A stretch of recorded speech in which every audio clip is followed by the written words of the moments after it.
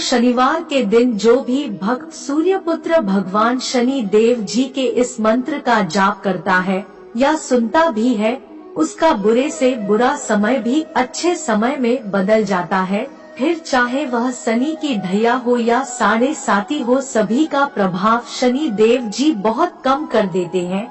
क्योंकि जिस व्यक्ति की कुंडली में शनि की ढैया यह 7.5 का प्रभाव चल रहा होता है, वह व्यक्ति चारों तरफ से समस्याओं से घिर जाता है और धन की कमी हो जाती है, अनावश्यक भाग दौड़ बनी रहती है, कर्ज का बोझ बढ़ने लगता है, घर में कलह होने लगती है, धंधा व्यवसाय चौपट होने लगता है, कोर्ट कचहरी के मामले प्रारंभ हो जाते हैं, प्रतिदिन नई नई बीमारियां उत्पन्न होने लगती हैं।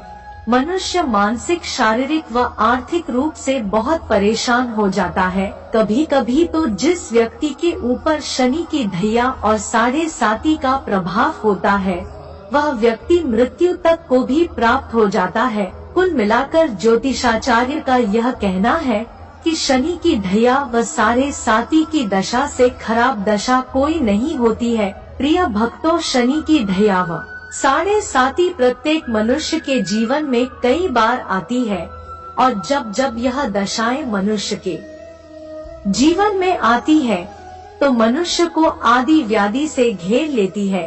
प्रिय भक्तों, ज्योतिष आचार्य का तो यहाँ तक कहना है कि जिस व्यक्ति के ऊपर शनि की ढैया या 7.5 का प्रभाव चल रहा होता है, वह व्यक्ति अगर अपने हाथ से कोई पशु जैसे गाय, भैंस, बकरी, बैल आदि खरीद कर घर लाए तो वह पशु भी मृत्यु को प्राप्त हो जाता है। प्रिय भक्तों, शनिवार के दिन शनि देव जी के इस मंत्र का जाप करना या सुनना बहुत ही फलदायी होता है।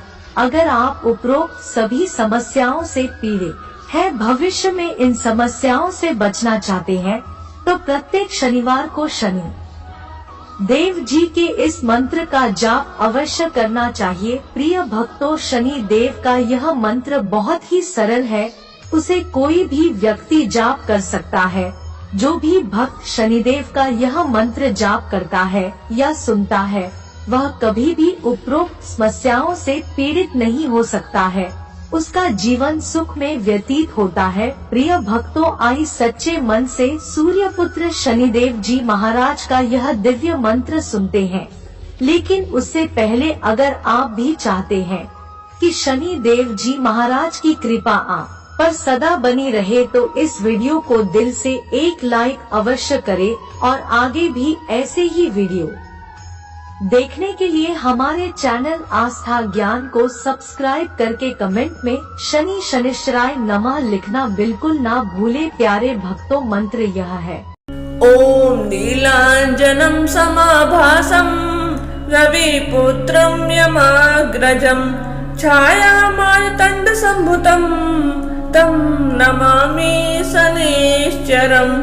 ओम नीलांजनम समाभासम रविपुत्रम यमाग्रजम छायामार्तंड संभुतम तम नमामि शनिश्चरम।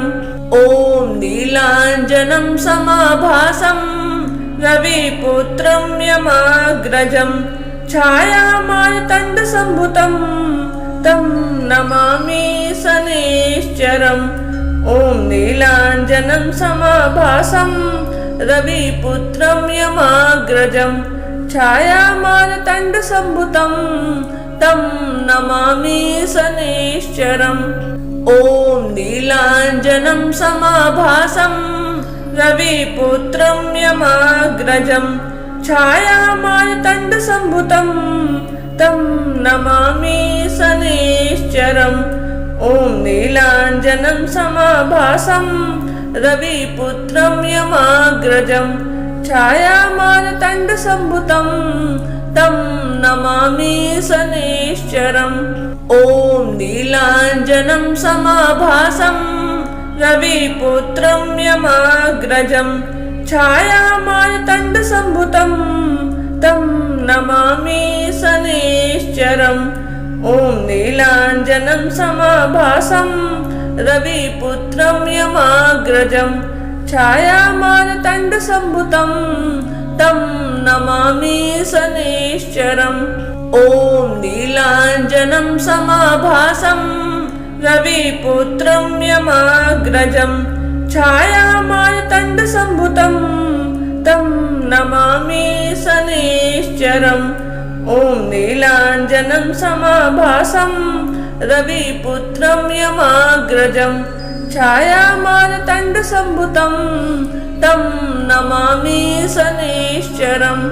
ॐ नीलाञ्जनं समाभासं रविपुत्रं यमाग्रजं छायामार्तण्डसम्भुतं तं नमामि शनिश्चरम्। ॐ नीलाञ्जनं समाभासं रविपुत्रं यमाग्रजं छायामार्तण्डसम्भुतं तं नमामि शनिश्चरम्। ॐ नीलाञ्जनं समाभासं रविपुत्रं यमाग्रजं छायामार्तण्डसम्भुतं तं नमामि शनिश्चरम्। ॐ नीलाञ्जनं समाभासं रविपुत्रं यमाग्रजं छायामार्तण्डसम्भुतं तं नमामि शनिश्चरम्। ॐ नीलाञ्जनं समाभासं रविपुत्रं यमाग्रजं छायामार्तण्डसम्भुतं तं नमामि शनिश्चरम्। ॐ नीलाञ्जनं समाभासं रविपुत्रं यमाग्रजं छायामार्तण्डसम्भुतं तं नमामि शनिश्चरम्। ॐ नीलाञ्जनं समाभासं रविपुत्रं यमाग्रजं छायामार्तण्डसम्भुतं तं नमामि शनिश्चरम्। ॐ नीलाञ्जनं समाभासं रविपुत्रं यमाग्रजं छायामार्तण्डसम्भुतं तं नमामि शनिश्चरम्। ॐ नीलाञ्जनं समाभासं रविपुत्रं यमाग्रजं छायामार्तण्डसम्भुतं तं नमामि शनिश्चरम्। ॐ नीलाञ्जनं समाभासं रविपुत्रं यमाग्रजं छायामार्तण्डसम्भुतं तं नमामि शनिश्चरम्। ॐ नीलाञ्जनं समाभासं रविपुत्रं यमाग्रजं छायामार्तण्डसम्भुतं तं नमामि शनिश्चरम्। ॐ नीलाञ्जनं समाभासं रविपुत्रं यमाग्रजं छायामार्तण्डसम्भुतं तं नमामि शनिश्चरम्। ॐ नीलाञ्जनं समाभासं रविपुत्रं यमाग्रजं छायामार्तण्डसम्भुतं तं नमामि शनिश्चरम्। ॐ नीलाञ्जनं समाभासं रविपुत्रं यमाग्रजं छायामार्तण्डसम्भुतं तं नमामि शनिश्चरम्।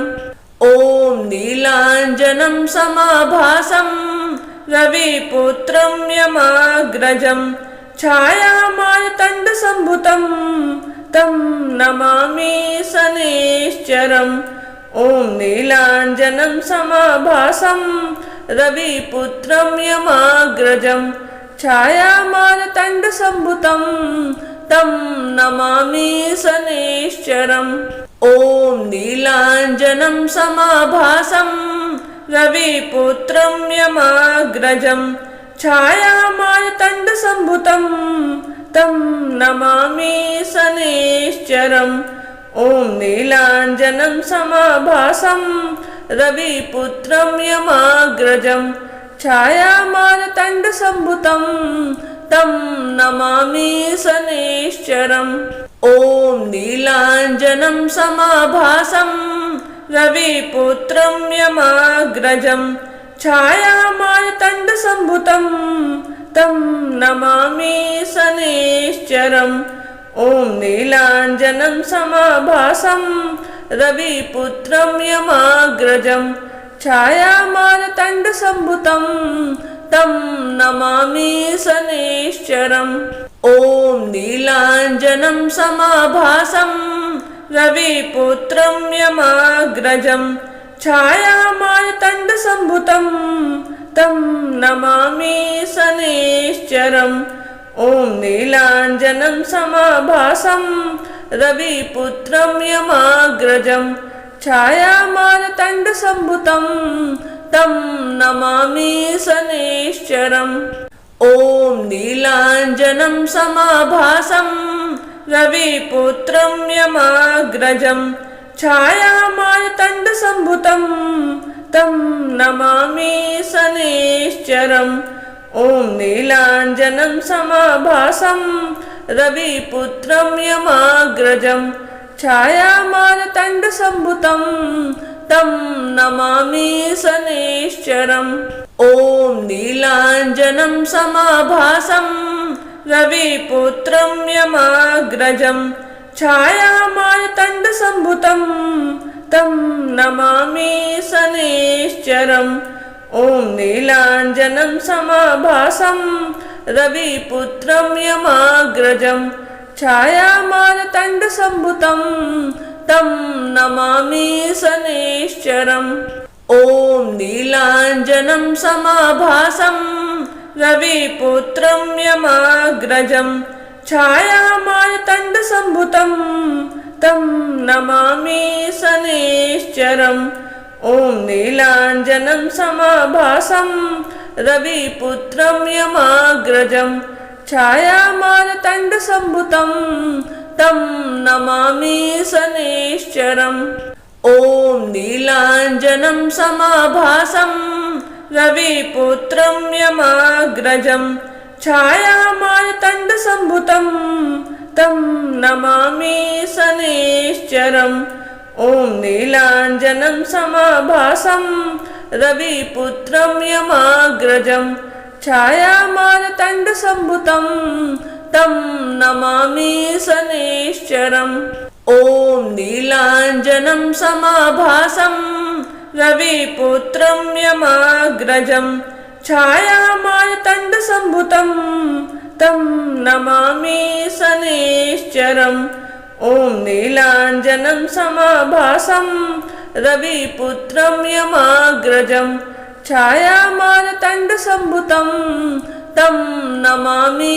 शनैश्चरम् ॐ नीलाञ्जनं समाभासं रविपुत्रं यमाग्रजं छायामारतण्डसम्भुतं तं नमामि शनैश्चरम् ॐ नीलाञ्जनं समाभासं रविपुत्रं यमाग्रजं छायामारतण्डसम्भुतं तं नमामि शनैश्चरम् ॐ नीलाञ्जनं समाभासं रविपुत्रं यमाग्रजं छायामारतण्डसम्भुतं तं नमामि शनैश्चरम् ॐ नीलाञ्जनं समाभासं रविपुत्रं यमाग्रजं छायामारतण्डसम्भुतं तं नमामि शनैश्चरम् ॐ नीलाञ्जनं समाभासं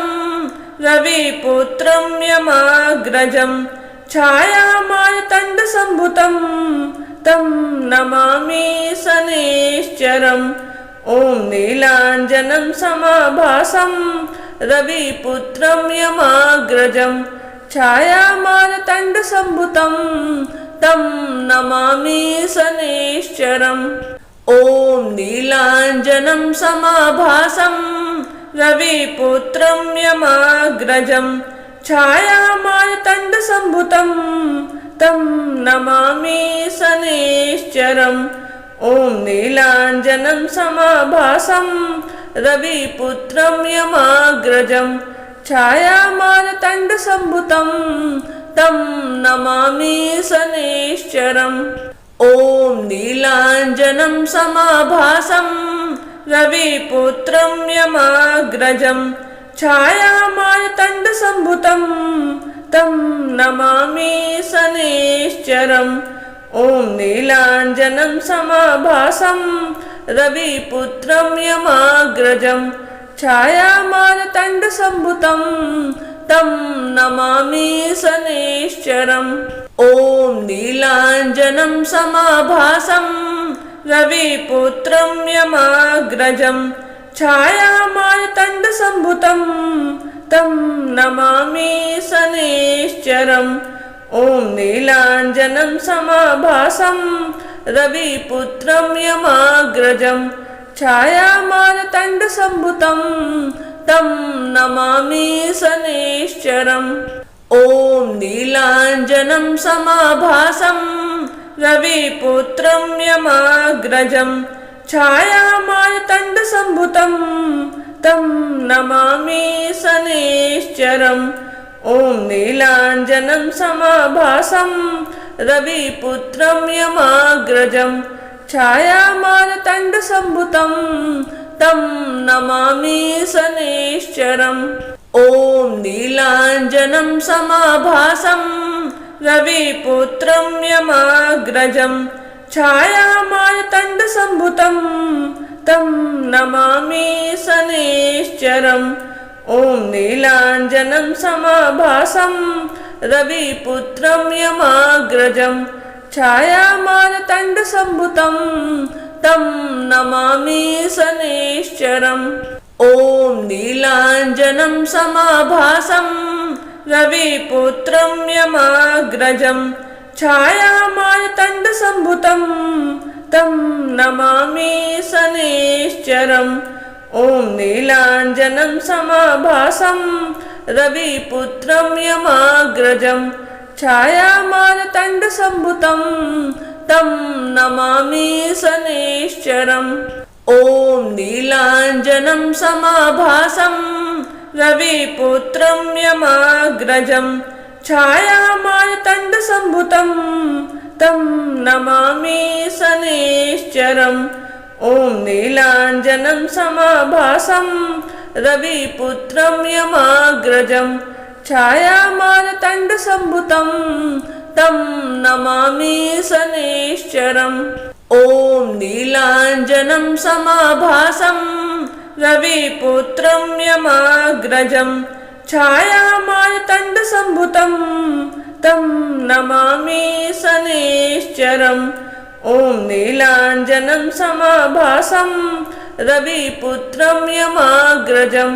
छायामारतण्डसम्भुतं तं नमामि शनैश्चरम् ॐ नीलाञ्जनं समाभासं रविपुत्रं यमाग्रजं छायामारतण्डसम्भुतं तं नमामि शनैश्चरम् ॐ नीलाञ्जनं समाभासं रविपुत्रं यमाग्रजं छायामारतण्डसम्भुतं तं नमामि शनैश्चरम् ॐ नीलाञ्जनं समाभासं रविपुत्रं यमाग्रजं छायामारतण्डसम्भुतं तं नमामि शनैश्चरम् ॐ नीलाञ्जनं समाभासं रविपुत्रं यमाग्रजं छायामारतण्डसम्भुतं तं नमामि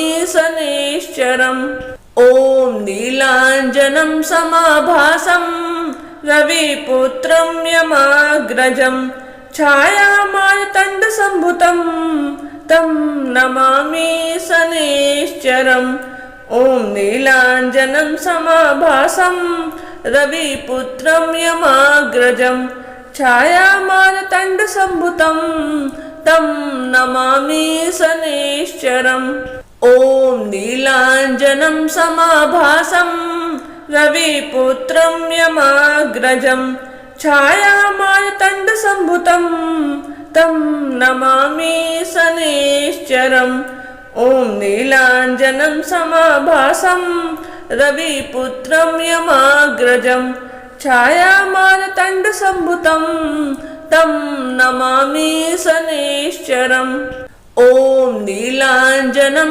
समाभासं रविपुत्रं यमाग्रजं छायामार्तण्डसम्भुतं तं नमामि शनैश्चरम् ॐ नीलाञ्जनं समाभासं रविपुत्रं यमाग्रजं छायामार्तण्डसम्भुतं तं नमामि शनैश्चरम् ॐ नीलाञ्जनं समाभासं रविपुत्रं यमाग्रजं छायामार्तण्डसम्भुतं तं नमामि शनैश्चरम् ॐ नीलाञ्जनं समाभासं रविपुत्रं यमाग्रजं छायामार्तण्डसम्भुतं तं नमामि शनैश्चरम् ॐ नीलाञ्जनं समाभासं रविपुत्रं यमाग्रजं